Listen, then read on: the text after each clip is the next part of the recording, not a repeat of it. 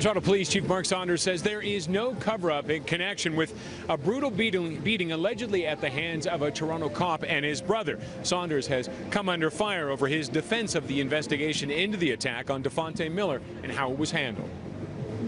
I'm not talking about the phone call. I'm talking about the encounter. During the encounter, that's what my officers are looking at and reviewing. And really, when it comes to the case itself, the evidence, I'm sure if there's paperwork that talks about the occurrence, and if that paperwork states that the person identified himself as an officer, well, we've got an issue. Saunders says he understands that some might view the 4-month delay in launching an investigation as a cover-up, but says his officers have acted in good faith during their investigation. Now, last December, 19-year-old Miller was attacked as he and his friends walked in Whitby.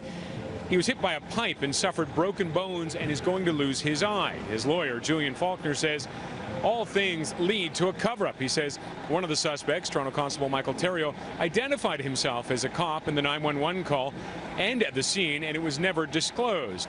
Instead, Miller was the one charged, and those charges were dropped several months later. Toronto Police, when they say they looked at this thoroughly, I guess that doesn't include interviewing eyewitnesses. If Chief Saunders or his senior people opened the file that he claims to have looked at thoroughly, he would have seen there were no eyewitness statements.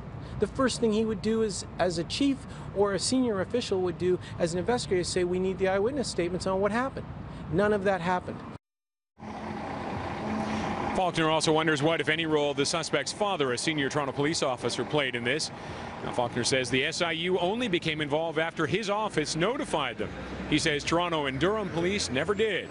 Faulkner says he isn't calling for the chief to resign, but he just wants the record to be set straight. Now, Mayor Tory as well calls this whole situation concerning, and he says he has seen a confidential report on it, and he says the police board will discuss it at their meeting tomorrow, but it will be in private.